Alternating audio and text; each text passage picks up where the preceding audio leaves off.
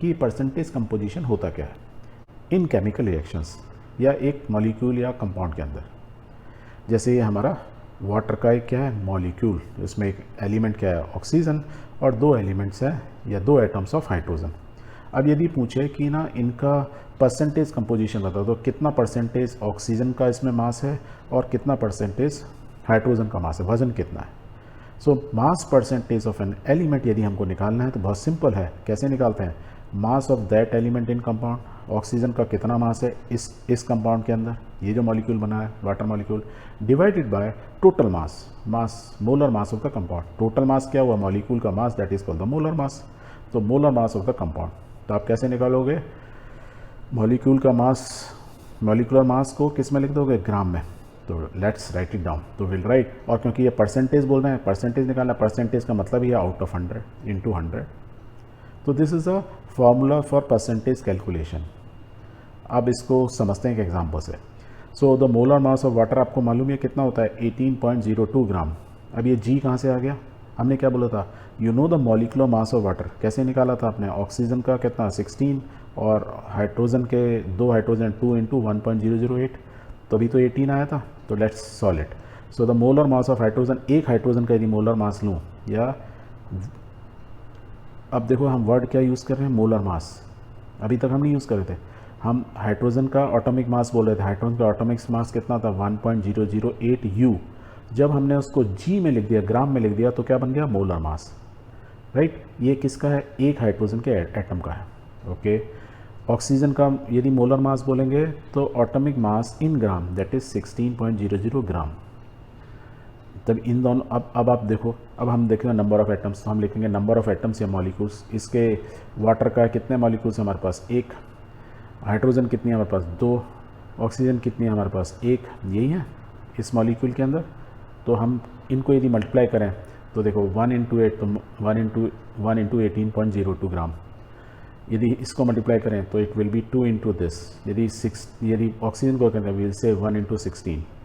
तो अब यदि हम टोटल में देखना चाहें, यदि आप मास परसेंटेज ऑफ हाइड्रोजन निकालना चाहते हो किसके अंदर, वाटर मॉलिक्यूल के अंदर, तो आप कैसे निकालोगे टोटल मास ऑफ हाइड्रोजन। एक हाइड्रोजन प्लस दो हाइड्रोजन का मास हमने निकाल लिया। दो हाइड्रोजन मास, एक का तो हमें मालूम था, दो का कितना हो गया इतना। तो विल राइट कि मास ऑफ दिस, किसका, हाइड्रोजन का टोटल मास, दो हाइड्रोजन के एटम है, it is 2 into this divided by the molecular mass या molar mass of the compound. तो कितना है वो हमारा 18.02, क्योंकि एक ही मॉलिक्यूल, यदि दो मॉलिक्यूल वाटर के होते तो ये 2 हो जाता। तो डिवाइड बाय दिस, तो इसको आप सॉल्व कर लो, यू विल, और इसको सॉल्व परसेंटेज है into 100, that is what we told.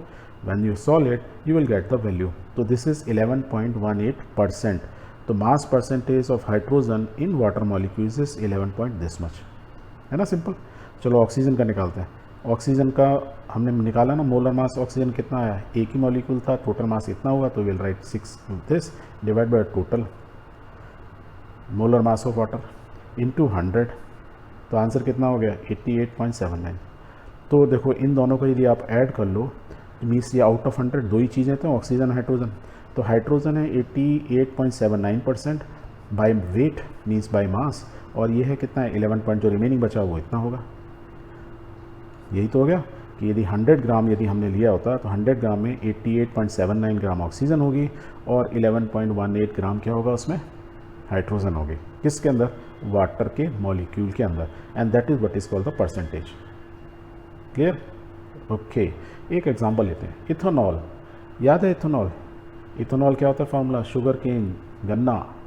गन्ना तो आपको जानते हो, तो गन्ने का जूस जो होता है that is called ethanol. Formula you remember, the molecular formula ethanol is C2H2OH, this an alcohol.